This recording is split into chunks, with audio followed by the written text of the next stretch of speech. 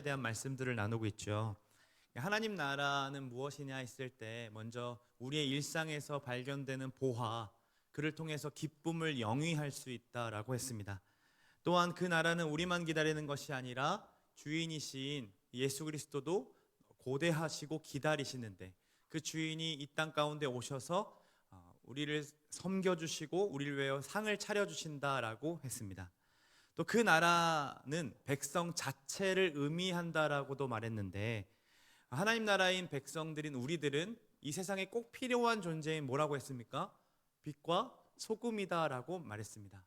또한 나라라는 건 결국 왕이 그 나라의 특성을 결정한다라고 지난주에 말씀하시면서 예수님께서 그 이 땅 가운데 오셔가지고 현실을 바라보시며 오시는 왕이었고, 그분은 군림하려고 오시는 왕이 아니라 우리보다 앞서가서서 십자가를 대신 지시는 왕이라고 했죠. 빛과 소금 된 여러분, 한 주간 빛으로 소금으로 잘 살아내셨습니까? 왕이신 예수님과 함께 행복한 기쁨을 마음껏 누리며 사셨습니까? 우울하네요. 우리와 함께 하시는 왕이 계시고 우리의 삶 자체가 하나님 나라라면, 그러면 우리의 어떤 삶의 어떤 모습이, 여러분들이 일주일간의 삶에 살다가 어떤 모습이 하나님 나라의 삶처럼 보여지는 걸까요? 왕이신 그분을 닮아가는 것이 하나님 나라의 백성의 삶인데, 그분처럼 원수를 사랑하거나 소외받는 이들에게 나아가는 것은 우리의 일상과는 너무 다른 모습이잖아요. 그러다 보니까 정말로 내 삶이 하나님 나라와 정말 상관이 있는 건 맞는가라는 의문이 들 때가 있다라는 거예요. 내일을 얘기해 볼까요? 내일 쉬는 날이잖아요, 그렇죠? 가족들과 함께 보내는 내 삶이, 또 친구들 만나서 연남동 가고 성수동 가고 핫플레이스 가서 맛있는 거 먹고 하는 그 삶이 그냥 내 유희를 위한, 내 즐거움을 위한 삶인 것 같아서 이것은 진짜 하나님이 원하시는 삶처럼 느껴지지 않는 순간들이 있다는 거죠. 또 직장에서, 아르바이트 현장에서 뼈 빠지게 일하고 다음 스텝을 지금 준비하면서 공부하는 친구들 있죠. 그런 내 삶이 하나님 나라와 관련이 있다라고 말을 해본다면, 그 안에서 하나님에 대한 이야기를 하거나 연남동 가서 하나님 얘기하고 성수동 가서도 하나님 얘기하고 이러던가, 아니면 하나님 나라와 관련이 지어서 내 전공을 해석해보고 내 일자리를 해석해야 할 것 같은데, 아무리 생각해봐도 관련이 없어 보이니까 하나님 나라라는 이 말씀을 들으면 아름답지만 굉장히 뜬구름 잡는 소리처럼 느껴질 수 있다라는 거예요. 공감됩니까? 또 어떤 분들은 자신의 직업으로, 자신의 전공으로 하나님 나라로 살아가겠노라라고 뜻을 세우고 결단이 생겨도 막상 이제 해보니까 환경과 상황이 따라주지 않는 것들을 경험하게 돼요. 예를 들면 이번 주 오늘 말씀을 딱 듣고 은혜를 너무 받아서, 그래 난 하나님 나라로 좀 살아보겠다, 내가 빛과 소금으로 살아보겠다라고 결단하고 월요일 날 출근하거나 월요일 날 우리가 일터에 나가게 되면 미치게 하는 인간들이 꼭 있죠. 욕 나오게 하는 사건들이 꼭 터지거나, 가만히 그전엔 굉장히 좋았던 관계들이 갑자기 막 깨어지는 사건들이 벌어지기도 합니다. 안티크리스천 동료들은 그렇게 우리를 못 잡아먹어서 안 달라있는 것처럼 달려들죠. 하나님 나라고 뭐고 확 그냥 뒤집어 버릴까? 막 이런 생각들이 들 때 없습니까? 저는 있었습니다. 제가 공익근무할 때 제가 한번 얘기한 적이 있는데, 공익근무만 나오면 웃네요. 공익들이여 외치세요. 아멘. 제가 공익근무할 때 사회복지요원으로 있을 때 복지관의 과장님이 저를 그렇게 괴롭혔어요. 뭔만 하면 조동이는 이상하다고, 조동이는 뭐 한다 그러고. 그래서 제가 뭐라 그랬냐면 이렇게 얘기했습니다. 그분이 하도 괴롭혀가지고 짜증이 나가지고 짜증을 냈더니, 야 너는 교회 다닌다는 애가, 전도사 한다는 애가 그래가지고 뭐 되겠니? 라고 했어요. 그분 안 믿는 분이거든요. 그래서 제가 뭐라 그랬게요? 제가 여기 전도하러 왔습니까? 이랬어요. 근데 이거 잘못된 거잖아요, 그렇죠? 창피합니다. 그러니까 이런 직장, 이런 사업장, 우리 학교 이해해요. 조금만 그래도 좀 참아내고 노력하면 될 것 같은 느낌들이 있을 때도 있어요. 그런데 우리 가족들을 한번 생각해 보면, 나를 너무나도 잘 아는 가족들, 나를 너무나도 잘 아는 내 친구들 사이에서 하나님 나라로 산다는 거, 이거 진짜 어려운 일 같다는 거죠.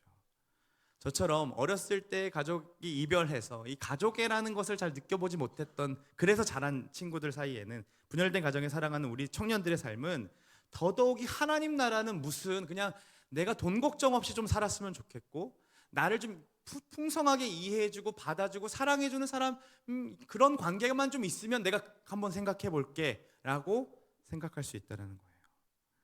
이런 고민들을 가지고 설교를 준비하는 가운데 하나님께서 사무엘의 이야기를 떠올리게 하셨고, 그것을 통하여서 하나님 나라의 삶이 어떠한 삶인가를 좀 보게 하셨어요. 왜냐하면 어린 사무엘이 살던 시대도 우리랑 비슷한 시대를 살고 있었거든요. 사무엘은 자기 뜻과 상관없이 나실인이 되었습니다. 그러니까 엄마가 너무 기도를 열심히 하는 분이었어요. 그래서 태어났는데 엄마랑 같이 살 수가 없어요. 갑자기 엄마가 교회에 맡기는 거예요. 그래서 어렸을 때에 이 초딩된 나이에 대제사장 엘리를 수종드는 사람으로 바쳐지게 됩니다. 그럼 이 어린아이가 뭐 했을까요? 성경책 가져와라, 물 떠와라, 불 꺼라, 뭐 이런 일들 하지 않았을까요? 그 당시에 엘리는 비대한 사람들이었다라고 합니다. 사무엘상 4장 18절을 보시면 엘리가 이제 언약궤가 뺏겨졌다라는 소식을 듣고 놀래서, 홈리와 비느하스가 죽었다라는 소식 듣고 놀래서 뒤로 가가지고 넘어져서 의자로 넘어져가지고 목이 꺾여 죽었는데, 그 이유가 무엇 때문이에요? 비대한 까닭입니다. 그 무게가 상당했다는 거죠. 이 성경에서는요, 비대함을 교만함이랑 같이 사용하고 있습니다. 저도 이제 겨울 시즌이고 또 설날로 인해서 굉장히 교만해지고 죄를 많이 지은 상태예요. 그래서 이제 여름이 다가오기 전에 회개를 해야 하는데, 왜 이 비대함이 교만함을 상징하는가 하면, 이 비대함이라는 단어는 원래 비둔함이라는 단어로 또 사용될 수 있잖아요. 그러니까 뚱뚱함, 살찐이라는 의미로 사용되는 단어예요. 살찐 송아지, 그리고 뭐 이렇게 살찐 무언가, 이렇게 해가지고 살찐이라는 단어로 사용됐거든요. 그런데 엘리가 비대하다라는 이 단어는 다른 원어를 가져와요. 어떤 단어를 가져왔냐면 무겁다라는 의미를 사용되는 단어로 가져오는데, 이 단어가 여기에서만 무겁다라고 하고 다른 데 가서는 뭘로 쓰이냐면 영광이라는 단어를 사용해요. 그러니까 영광이라는 단어가 하나님을 무겁게 여기는 것이 영광됨인 건데, 지금 엘리는 무엇을 무겁게 여겼다는 거예요? 자기 자신의 먹거리, 자기 자신의 몸을 무겁게 여겼다는 거예요. 그래서 비대해지고 비대해졌다는 거죠. 그러니까 자기 자신의 배불림을 위해서 대제사장직을 감당했다는 겁니다. 실제로 성경에 보시면 엘리의 눈이 어두워졌다라는 표현을 하고 있는데, 이거는 늙어서 눈이 잘 안 보여진 상태를 의미하기도 하지만, 그 의미와 함께 어떠한 것들이 쓰냐면 영적으로 분간하지 못하는 사태를 보여줍니다. 예를 들면 한나가 울면서 기도하고 있을 때 엘리가 가서 뭐라면, 너 술 취했으면 교회 오지 마 라고 얘기합니다. 왜 와가지고 기도하고 있어? 라고 얘기하죠. 그러니까 이 성도의 아픔을 공감할 능력도 없고, 그가 어떤 것 때문에 기도하고 있는지에 대해서 영적으로 깨어있지를 못하는 거죠. 그리고 이후에 또 오늘 우리가 본 본문에 엘리의 눈이 어두워졌다는 표현 뒤에 쓰여지는 게 뭐냐면, 하나님의 등불이 아직 꺼지지 않았다라는 얘기가 나옵니다. 그러니까 하나님의 말씀이 여전히 실현하고 있음에도 불구하고 엘리는 영적으로 어두워서 보지 못했다라고 영적인 어두움을 표현하고 있다라는 거예요. 그런데 더 참담한 것이 무엇이냐면, 부교역자들이 있는데, 대제사장 밑에서 있는 대제사장들이죠. 제사장들. 그 제사장들이 또 엘리의 아들들이었어요. 홈리와 비느하스라는. 근데 이들이 이 제사장직을 굉장히 우습게 여깁니다. 2장 12절부터 17절의 말씀을 눈으로 쓱 보시면 이렇게 시작합니다. 엘리의 아들들은 행실이 나빠 여호와를 알지 못하더라. 그들은 행실이 나빴습니다. 이 단어는 사악하고 불량배와 같다라는 의미를 말하고 있습니다. 그 행실 중에 하나는 뭐냐면 헌금을 가로채는 일이었어요. 고기를 삶을 때에 삼중창을 가져와서 쿡 찍어가지고 찝히는 고기들은 다 제사장들이 가져갔습니다. 여러분, 이게 무슨 말입니까? 헌금했죠? 여러분들 헌금해가지고, 제가 뒤에 저기 있었거든요. 그래서 제가 끈끈이 주걱 같은 걸 갖고 와서 헌금함에 이렇게 딱 넣어서 찝혀서 나오는 헌금을 제가 먹는 겁니다. 그 짓을 했다는 거예요. 근데 더 나아가서 이 삶은 고기들이 이제 한번 먹고 버려지잖아요. 더 먹을 수가 없잖아요. 그래서 오래 쟁여놓고 먹고 싶었나 봐요. 그래서 어떻게 하냐면 그러니까 제물로 태우기 전에 태워지지 않는 고기, 생고기를 날 것을 달라고 요청합니다. 그래서 사환을 시키는 거예요. 이게 어떤 거냐면 수찬이나 우리 행리, 우리 성찬이를 시켜서 저 밖에서 기다리고 있다가 우리 서영이나 예승이 같은 애들이 와가지고 성금을 내려고 하면 갖고 와봐. 조 목사님이 가져오래. 그러니까 이제 뭐라고 하냐면 그 말씀이 말씀 한번 띄워줄래요? 이런 얘기거든요. 그래서 가져오래 그랬더니 뭐라 그래요? 나 헌금만 내게 해줘. 헌금통에 넣기만 하게 해줘 했더니 안 된다는 거예요. 날 것을 먹어야 되니까. 헌금통에 들어가면 삶아지잖아요. 그러니까 그 전에 돈을 내놓으라고 하는 이야기들이 벌쳐집니다. 이거 여러분 이런 교회 다니고 싶습니까? 성경은요 이러한 짓거리를 하는 이들의 삶을 뭐라고 결론 짓냐면 17절 말씀을 같이 한번 읽어볼까요? 시작.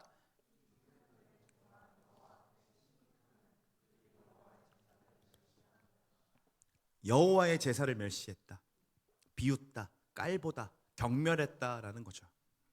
그런데 요놈들이요 거기서 끝나지 않습니다. 2장 22절과 23절을 한번 보세요. 이들이 뭐 하냐면 수종드는 여인들과 동침합니다. 제사를 위해 섬기고 봉사하는 사람들과 성관계를 가졌다는 거예요. 이게 온 이스라엘에게 알려졌고 백성들이 이들의 악행에 대해 너무나도 잘 알아서 하도 이야기해서 이게 어디까지 들려지냐면 대제사장인 엘리 아버지에게까지도 들려지게 됩니다. 그래서 엘리가 질책을 하는데 그들이 듣지를 않아요. 꼰대로 여기는 거죠. 그리고 그런 교회에 여러분 담임 목사는 비대해져요. 자기 배부름을 위해서 살아가요. 그리고 그 영적으로 분별할 수 있는 눈도 없어요. 그리고 부교역자들은 다 아들들인데 그 아들들은 헌금 삥땅 치고 교회에서 섬기는 여성 성도와 성관계를 가져요. 여러분 그런 교회 다니고 싶습니까? 네 라고 하는 사람들 아무도 없겠죠. 당장이라도 떠나지 않을까요? 그런데 사무엘의 형편은 달라요. 자기가 선택한 게 아니었잖아요. 그러한 교회에 지금 어떻게 된 겁니까? 어렸을 때에 자기 의지와 상관없이 섬기는 이로 보내지게 된 거예요. 수종드는 사람으로 섬겨야 된다면 여러분들의 마음에 어떠한 마음이 들었을까요? 사무엘의 삶에서 엘리는 영적인 지도자일 뿐만 아니라 그의 하나의 세계와도 같았겠죠. 그의 말이 곧 법이었을 것이고 그 말이 모두가 다 진리로밖에 여겨질 수밖에 없었을 거예요. 그런 자리에서 하나님 나라로 실현하는 삶, 하나님 나라로 살아내는 삶, 이거는 정말 말도 안 되는 일이었겠죠. 또 이 시대는요, 오늘 본문을 보면 이렇게 말하고 있습니다. 3장 1절을 한 번 더 읽어볼까요? 아이 사무엘이 엘리 앞에서 여호와를 섬길 때에는 여호와의 말씀이 희귀하여 이상이 흔히 보이지 않았더라. 여러분 말씀을 듣기가 희귀한 시대가 되어버렸어요. 그래서 이상, 곧 비전이라고 하는데 비전을 말씀을 아무리 들어도 발견할 수가 없는 거예요. 시대 전체적으로 하나님의 뜻을 발견할 수가 없는, 하나님이 계시하시지 않는 것 같은 시대를 살고 있다라는 겁니다. 우리가 사는 시대도 이와 같죠. 목사나 성도나 우리 모두가 사실은 다 자기 배불림을 위해서 살아갑니다. 하나님을 향한 눈이 어두워져서 스스로 하나님을 찾을 수가 없어요. 그래서 어린 사무엘과 같은 사람들에게 의존해서 이거 가져와라 저거 가져와라 하듯 우리는 짧은 쇼츠나 릴스를 통하여서 말씀을 듣고 그 말씀을 통해서 먹고자 합니다. 하나님께 드려야 할 헌금은 어떤가요? 홈리와 비느하스처럼 중간에 가로채는 일들이 너무나도 많죠. 교회 안에서 이런 일들이 일어나면 당장이라도 치리해야 되고 쫓겨나야 되는 일인 거잖아요. 헌금함에 손을 대거나 그 헌금을 누군가가 가로채 있거나 혹은 이 안에서 목사가 누군가와 성폭행을 했거나 그런 일들이 벌어지면 당연히 내쫓음이 당연한 거잖아요. 그런데 우리의 삶 가운데 그런 일들이 비일비재하다는 거죠. 내 스스로 그것들을 가지고 우리 가진 모든 것들은 하나님이 주신 것인데도 불구하고 하나님께 드려지는 순간 가운데 우리는 스스로 제하고 가리죠. 가로채요. 드리고 싶어 하지 않아요. 교회 앞에 와서도요, 하나님 앞에 서 있어도요, 우리가 홈리와 비나스처럼 자신의 육적인 만족을 위해서 동침한 것처럼 내 육적인 만족감을 버리지를 못합니다. 여러분, 음란이라는 단어는 성경에 단순히 성적인 행위를 했는 거에 대한 쓰인 것이 아니라 우상 숭배할 때 가장 많이 사용하는 것이 음란이었습니다. 이렇듯 우리는 이렇듯 음란해요. 나 자신이라는 우상을 내려놓을 수가 없어요. 교회 일을 하는 이 순간에도 우리는 내가 인정받는 게 제일 소중한 거죠. 내가 이만큼 열심히 했다라는 걸 알아달라고 막 얘기해요. 한편으로는 이 모습이요, 정말 찌질하고 멋없잖아요. 그런데 이거를 끊을 수가 없어요. 계속 나를 알아줬으면 하는 바람들. 이게 미쳐버리는 거예요. 믿음이 있는 우리의 삶에서 나타나는 양상이 말씀이 희귀하고 비전이 흔히 보이지 않는 상태죠. 무슨 말입니까? 하나님에 대한 관심을 잃어버린 상태입니다. 하나님이 말씀을 뭐라고 말씀하시는지, 하나님이 나에게 무슨 말씀을 하고 싶어 하시는지 관심을 두지 않죠. 그러면서 뭐라 그래요? 하나님, 내가 해봤는데 안 된다라고 얘기해요. 하나님 나한테 말씀하지 않는다라고 얘기한다고요. 하나님 말씀을 더 알아보려고 하지 않고 읽지 않고 그것에 더 깊이 빠져들지 않으면서 그냥 하나님이 나에게 말씀하지 않아요 라고 얘기한다고요. 세상이 문제라고 얘기하죠. 내 상황과 환경이 문제이기 때문에 하나님의 비전과 하나님 나라를 이룰 수가 없다라고 얘기해요. 늘 저 사람 때문에, 저 공동체 때문에, 저 사람들 때문에 내가 하나님 나라를 이룰 수가 없을 밖에 없다고 그렇게 우리는 얘기하고 안 한다는 거죠. 그 이야기하면서 막 비대해질 대로 비대해진 나 자신을 발견하지를 못하는 겁니다. 여러분 잘 보세요. 주변에 이런 사람들 있죠. 저런 사람 문제라고, 이런 사람 문제라고. 그 사람들 한번 잘 지켜보세요. 진짜 문제는 뭔지 아세요? 자기 자신을 못 본다는 게 문제 아닙니까? 자기 자신도 똑같은 사람이라는 걸 못 본다는 거죠. 근데 여러분, 이게 우리 얘기라니까요. 지금 이 얘기를 들으면서도 만약 우리 머릿속에 그래, 왜 그 친구 안 왔지? 걔가 들었어야 됐는데 이러고 있는 우리의 상태가 이 모습이에요. 내 이야기로 듣지 않는다는 거예요. 나는 늘 옳은 거예요. 나는 늘 건강한 거예요. 비건강한 사람들이라고 얘기하는 거죠. 말씀을 보는데요, 엘리가 꼭 내 모습 같았어요. 한 번도 여러분 헌금을 뺏어본 적은 없습니다. 여러분들 중에 누군가를 보면 음란한 마음을 품어본 적도 없어요. 근데 내 모습이 꼭 비느하스하고 홈리 같은 거예요. 영적으로 부패해지고 어두워져서 하나님에 대한 관심도 없고요. 늘 나 자신, 내 시간, 내 에너지, 그게 더 중요한 홈리와 비느하스, 엘리야와 같은 인생 같아 보이는 거죠. 여러분, 이런 제가 여러분들 앞에서 하나님 나라를 어떻게 얘기할 수 있겠습니까? 그렇지 않습니까? 목사라면 조금이라도 하나님 나라를 실현하는 삶으로 좀 보여줘야 하는데, 우리 리더들 얘기했잖아요. 우리가 논리적으로 설득하는 것보다, 그리고 감정적으로 얘기하는 것보다 삶으로 드러내는 그 에토스의 삶이 훨씬 더 설득력 있다라고 얘기했는데, 내 삶에 그러한 것들이 느껴지지 않는데, 여러분, 전혀 그런 모습이 보여지지 않으면서 하나님 나라를 이야기한들 어떻게 설득할 수 있겠습니까? 말씀을 준비하는 데는 풀이 죽어가지고요, 이걸 도대체 어떻게 얘기하지? 왜 나는 사무엘 3장을 꺼냈지? 왜 보게 하셨지? 그거 막 보면 볼수록 계속 내 모습이 보이는 거예요. 창피했어요. 부끄러웠어요. 엘리와 홈리, 비느하스에 막 집중하면서 죄책감이 확 눌러버리니까요, 무기력해가지고 말씀을 막 전하고 싶지가 않은 거예요. 피하고 싶은 거죠. 그런데 그렇게 있는 저에게 하나님이요, 그거를 넘어서서 복음을 거기서 발견해 주시는 거예요.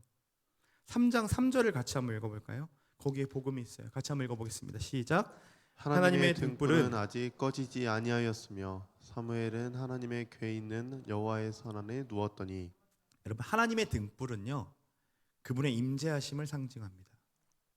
말씀이 희귀하여 이상이 흔히 보이지 않는 시대 속에 어느 누구도 하나님께 관심이 없고 하나님의 말씀을 들으려 하지 않는 그 시대에 하나님의 임재가 아직 사라지지 않았다라는 거예요.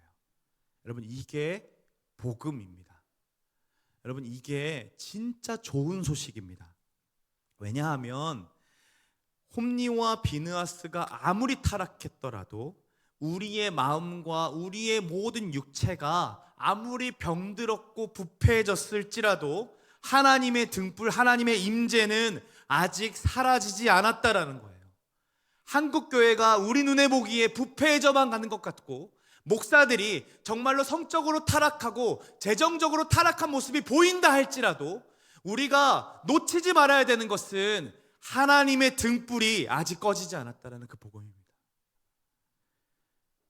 이 말은 다시 그분의 임재 아래 우리가 거할 수 있다라는 여지를 남겨주시는 거죠. 그리고 그 뒤에 이어지는 말씀이 또 말도 안 돼요. 하나님의 등불은 아직 꺼지지 아니하였으며 뭐라고 합니까? 사무엘은 하나님의 궤 있는 여호와의 전에 누웠더니. 여러분, 사무엘이 지금 어디에 누워 있습니까? 하나님의 궤 있는 여호와의 전. 그게 어디예요? 지성소예요. 지성소는 거룩하신 하나님의 임재를 상징하는 곳이기에 대제사장도 1년에 한 번만 속죄일에 들어갈 수 있었습니다. 그런데 거룩하지 못하면 죽기 때문에 다리에다가 방울과 그리고 줄을 달아서 방울 소리가 들리지 않으면 그대로 줄로 잡아 당겼어야 했습니다. 그만큼 어느 누구도 들어갈 수 없었던 그 자리에 지금 누가 누워서 자고 있어요? 사무엘이 자고 있다고 얘기하는 거예요. 이거는 말도 안 되는 일이죠. 그럼 이것은 무엇을 의미하는 걸까요? 사무엘의 삶을 하나님께서 거룩히 여기셨다라는 거예요. 그의 삶을 하나님이 받으셨다라는 거죠. 그럼 우리는 궁금할 수밖에 없습니다. 도대체 무엇 때문에 하나님이 받으셨을까? 그가 어떤 일을 했기에, 이렇게 타락한 시대 속에서 그가 어떤 일을 했기에 하나님께 받아들여졌고 그의 삶이 하나님의 백성으로, 하나님의 자녀로, 하나님 나라로 인정받을 수 있었을까? 우리 그거 궁금해야죠. 이제 답을 찾을 거예요. 이 답 두 가지만 찾고 끝낼 겁니다. 하나님 나라를 실현하는 삶, 거룩한 삶으로 하나님께서 인정해 주시고 받아주셨던 그 삶이 무엇이냐면 첫 번째 바로 이거입니다. 엘리 앞에서 여호와를 섬기다. 투명도를 넣었더니 이렇게 되네요. 같이 말씀을 한번 읽어볼까요? 시작. 엘가나는 라마의 자기 집으로 돌아가고 그 아이는 제사장 엘리 앞에서 여호와를 섬기니라. 엘리의 아들들은 행실이 나빠 여호와를 알지 못하더라. 엘가나의 아이라고 얘기하죠. 사무엘이라는 말을 하지 않습니다. 왜냐하면 12절과 비교하기 위함입니다. 엘리의 아들들과 엘가나의 아이를 비교해주고 있어요. 엘가나의 아이 사무엘은 제사장 엘리 앞에서 누구를 섬깁니까? 여호와를 섬깁니다. 그러나 엘리의 아들들은 행실이 나빠 여호와를 알지 못했다라고 얘기하죠. 여러분, 엘리 앞에서가 사무엘의 현실입니다. 그의 영향력을 벗어날 수 없고 그의 말이 곧 법처럼 느껴질 만큼 가스라이팅도 이와 더한 가스라이팅이 없어요. 초딩 때부터 그렇게 자라왔기 때문에. 그러니까 오늘 본문을 보면요, 하나님이 사무엘아라고 부르셨을 때 그가 어디로 달려갑니까? 엘리에게로 달려가요. 그런데 여러분, 초딩이 이렇게 한 번 말 듣고 일어날 수 있을 거라고 생각해요? 우리 애도 이제 초딩인데요, 자면요 업어가도 몰라요. 그럼 얘가요 한 번 음성을 듣고 바로 반응할 수 있을 정도라면 얼마나 많이 훈련이 되었을까요? 그렇지 않겠어요? 상식적으로 생각을 해보면. 그러니까 마치 우리 강아지에게 앉아, 일어나, 혹은 또 멈춰, 기다려, 이거 하듯이 이 아이가 어렸을 때부터 그 일을 했던 거예요. 그러니까 무슨 음성이 들면 달려와, 이게 입력이 되어 있던 거죠. 그러니까 막 달려가는 겁니다. 해가지고 뭐 할까요? 사무엘아! 달려가요. 네, 부르셨어요. 불 꺼. 비대해져서 누워가 다시 일어나는 게 너무 힘들거든. 이거 모르죠, 여러분들은? 수아나 전 그래서 가위바위보예요. 누가 끌까 이거를. 그거 하는 거예요. 사무엘아! 네, 부르셨어요. 저기 물 좀 줘. 바로 옆에 있는데. 그거 하는 거예요.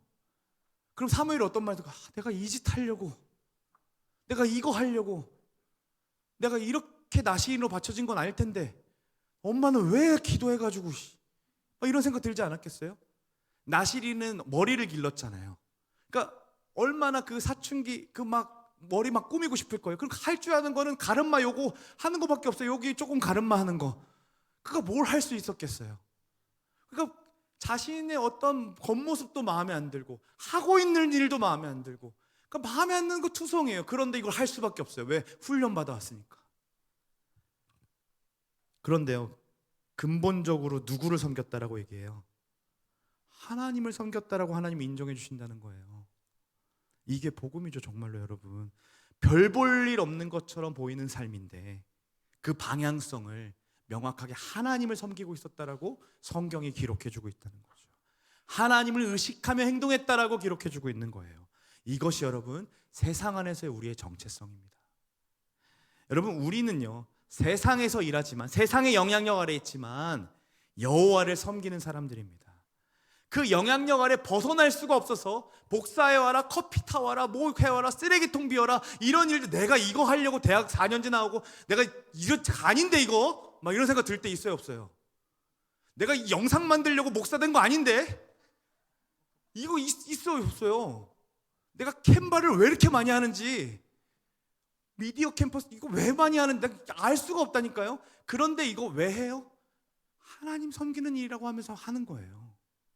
여호와 하나님을 의식하며 하는 거죠. 그것이 세상 안에서 우리의 정체성이라는 거죠. 누가 인정해 줬냐고요? 그렇게 알아주지 않는 일들을 하려고 학자금 대출 받으면서 전공 수업한 거 아니지. 그렇죠, 맞아요. 그런데 성경을 보시면 우리는 분명하게 기억할 수 있어요. 하나님이 여러분들을 인정하십니다. 여러분의 별 볼 일 없는 그 일을 하나님이 인정해 주신다는 거예요. 성경 한번 볼까요? 18절, 21절, 26절을 가져왔어요. 같이 한번 읽어볼까요? 사무엘은 어렸을 때에 세마포 에봇을 입고 여호와 앞에서 섬겼더라. 아이 사무엘은 여호와 앞에서 자라니라. 아이 사무엘이 점점 자라매 여호와와 사람들에게 은총을 더욱 받더라. 분명 의미 없는 일이었는데요, 하나님이 엘리를 섬기는 그 일을 자신을 섬기는 것으로 받으십니다. 그의 모든 삶 가운데 함께 하심으로 그분 앞에서 자라가게 하시죠. 또한 여호와와 사람들에게 은총을 더욱 받도록 자라게 하십니다. 어떤 환경 속에서요? 그 양아치 같고 더럽고 추악한 그 제사장들에 있는 그 공동체 안에서요. 그러면 이렇게 단언할 수 있는 거예요. 사무엘 같은 여러분, 비록 우리 시대가 처참하고 타락한 시대일지라도 우리의 삶의 모습이 또 그러한 모습을 닮아 있을지라도 우리가 하는 그 별것 아닌 일을 통하여서 하나님께서는 당신을 섬기는 자로 여러분들을 인정해 주실 것입니다. 즉 여러분들이 하는 그 일을 통해 하나님 나라를 이루어 가실 것입니다. 마지막으로 사무엘의 삶 가운데 이 마지막 삶이 너무나도 우리에게 필요한 삶인데 바로 이러한 삶입니다. 말씀하옵소서 주의 종이 듣겠나이다라는 삶이에요. 하나님이 사무엘을 부르셨을 때에 사무엘은 엘리가 부른 줄 알고 달려가죠. 7절 말씀을 같이 한번 읽어볼까요? 사무엘이 아직 여호와를 알지 못하고 여호와의 말씀도 아직 그에게 나타나지 아니한 때라. 여기서 알다라는 단어는 히브리어로 야다라고 하는데, 이 야다라는 단어는 이 관계적으로, 그러니까 부부와 부부끼리 성관계를 통해서 경험적으로 아는 것을 얘기해요. 그러니까 사무엘이 이전까지는 종교적인 행위를 통하여서 지식적으로만 알고 있다가 이제 하나님을 말씀을 듣고 알아가는 과정 중에 지금 있는데, 그때 뭐라고 하면 아직은 알지 못했던 때라 하나님의 음성을 분별할 수 있는 능력이 없었다라고 얘기하는 거죠. 근데 이거를 몇 번이나 반복해요? 3번이나 반복해요. 그러니까 3번째 되었을 때 엘리가 깨닫습니다. 그리고 8절을 보시면 엘리가 여호와께서 이 아이를 부르신 줄을 깨닫고 라고 얘기합니다. 이 종교적인 메커니즘이 굉장히 빠르게 돌아가는 거죠. 이런 일들이 왜 벌어지는가라고 했을 때 이거는 하나님이 부르시는 거구나라고 깨닫습니다. 그리고 일전에 엘리에게 와서 니네 자녀들은 이제 망하게 될 것이고 죽게 될 것이고 내가 내 충실한 제사장을 세우겠다라고 했던 그 말씀이 떠올리기 시작된 거예요. 엘리가 그때서야. 그래서 이렇게 얘기하죠. 이제 또 음성이 들리면 이렇게 얘기해라 라고 얘기합니다. 그리고 10절에 하나님께서 전과 같이 사무엘아 사무엘아 부르실 때에 사무엘이 이르되 말씀하옵소서 주의 종이 듣겠나이다 합니다. 여러분, 엘리의 영향력 아래에 있었으나 여호와를 섬기듯 살았던 사무엘의 삶은 이제 어떠한 삶으로 바뀌었습니까? 그분의 말씀을 듣는 삶으로 바뀌었습니다. 마치 이전의 삶은요, 거울과 거울을 보는 것처럼, 바울이 얘기한 것처럼 희미해진 삶이었지만 지금 이 말씀을 듣고 행하는 삶은 얼굴과 얼굴을 맞대어 보는 그 하나님 나라에 있는 그 삶으로 바뀌어진 삶이 되었다라는 거예요. 그게 무엇을 통해서 가능합니까? 말씀이 들려짐을 통해서 가능하게 됩니다. 여러분, 하나님 나라가 우리 삶 가운데 세워지는 방법은요, 주의 말씀이 들려지는 것부터입니다. 들려짐을 통해서 가능해집니다. 그분의 말씀이 들려져야 그 나라가 실현될 수 있다는 거예요. 그런데 제가 이 말씀을 보면서 간과한 게 있더라고요. 뭐냐면 저 총이라는 단어예요. 종. 여러분, 종이 어떤 존재입니까? 하라고 하면 하는 존재예요. 왜요? 라는 말을 하지 않습니다. 그냥 하라니까 하는 존재입니다. 죽으라면 죽어야 할 수밖에 없는 물건과도 같은 존재가 종입니다. 그런데 신명기 말씀을 우리가 오늘 만나 통해서 계속 묵상하고 있었거든요. 지금은 시편이지만, 그리고 마가복음 바뀌었지만, 신명기 말씀에 7년이 되면 종들에게 자유를 줍니다. 그런데 그 자유를 줄 때에 혹 종들 중에 주인을 너무나도 사랑해서 그 주인과 영원히 함께 살기를 원하는 종은 문설주의 귀를 이렇게 대고 귀에 못을 딱 뚫습니다. 그 귀를 거기에 뚫어버려요. 증언을 한 다음에 재판장 가서 그 다음에 귀를 뚫으면서 뭐라고 했냐면, 이제부터는 당신의 종으로서 당신을 너무나도 사랑하기 때문에 당신의 종으로 나는 영원히 당신과 함께 살 것입니다 라고 고백합니다. 우리 시대에 여러분, 하나님 나라가 실현되지 않는 이유가 무엇일까라고 생각해 봤더니 바로 이 종들이 없기 때문이라고 생각이 들었어요. 말씀이 들려줘도요, 자기 마음에 그렇구나라고 하는 말씀만 받고 싶어요. 릴스나 쇼츠로 들려지는 말씀을 들으면서 우리가 좋아요를 누르는 이유가 무엇입니까? 내 마음에 공감이 되었다라는 표시잖아요. 그러니까 내 마음을 쳤다라는 표시인 거잖아요. 그러니까 하나님 말씀이 그러한가가 중요한 게 아니라 내가 듣기에 좋았습니다, 내 마음이 기준이라는 거예요.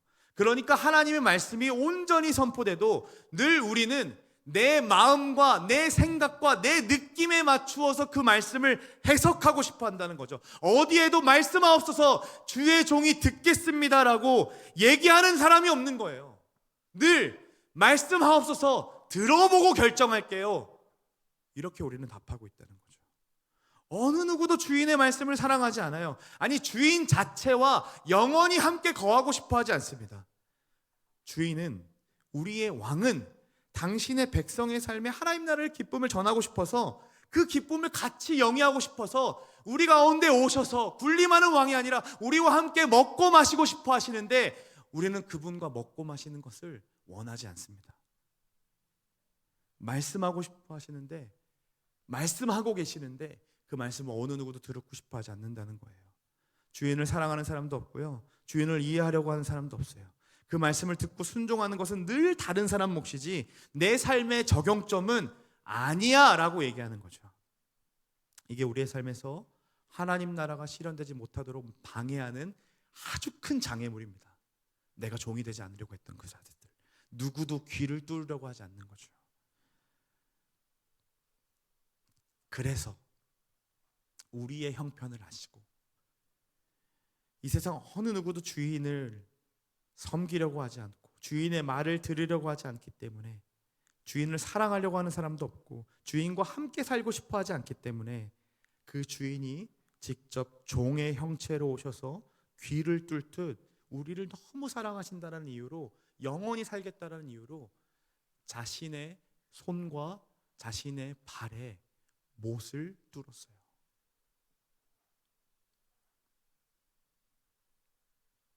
그리고 이 땅에 계실 때 그분의 모습을 한번 지켜보세요. 종의 형체로 진짜 오셔서 종처럼 우리를 섬기셨어요.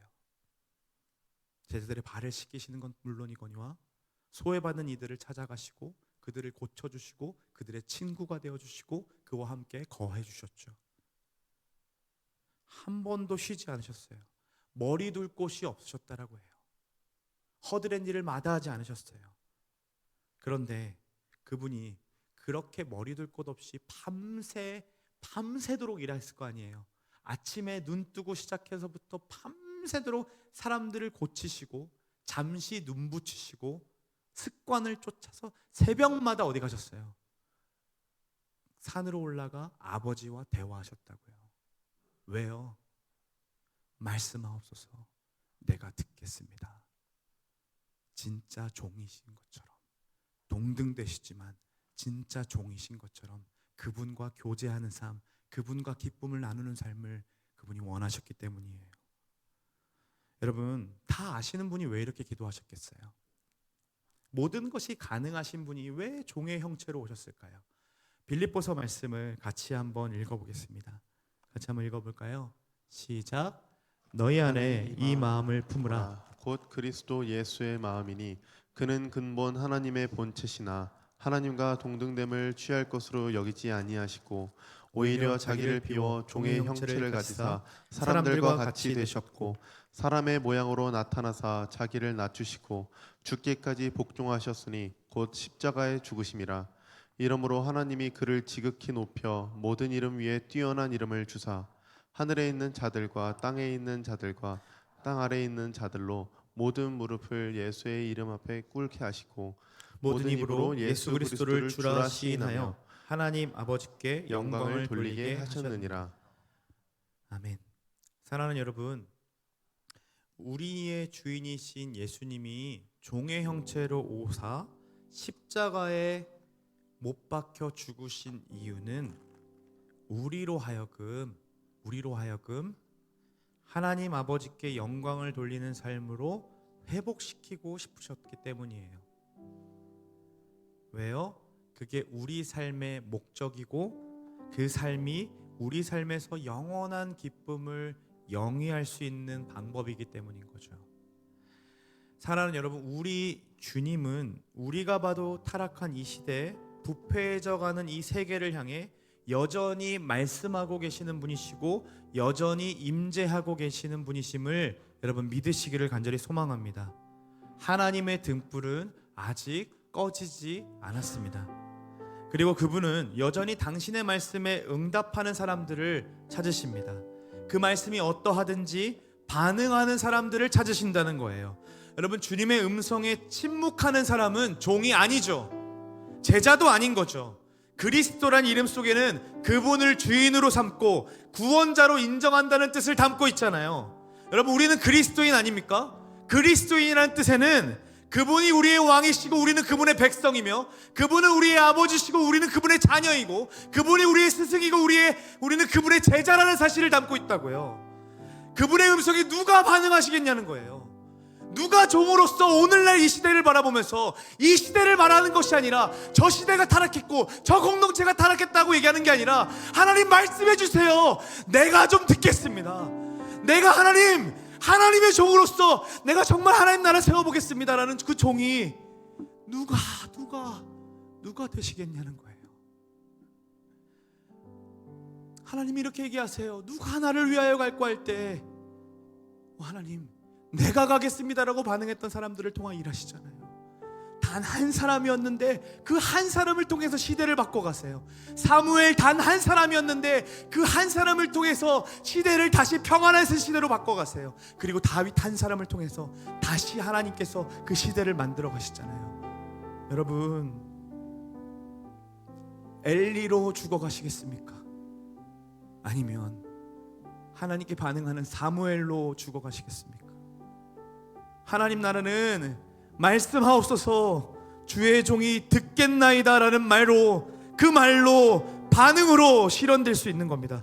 그 부르신 자리에서 우리는 분명히 엘리의 영향력 아래에 있는 자들이지만 여러분, 하나님 나라를 바라보며 하나님을 섬기는 자들을 통해 분명히 하나님께서는 그 나라를 이루어 가실 거예요. 우리 주님이 우리에게 무엇을 가르쳐 주셨습니까? 그 기도를 나라가 임하시오며 그 종의 형체로 오사 우리에게 그 가르쳐 주신 그 기도 제목을 우리가 잊지 않기를 원합니다. 나라가 임하시오며, 이 말 속에 담겨진 의미는 이제 우리는 알아요. 무엇입니까? 말씀하세요 하나님. 내가 듣겠습니다.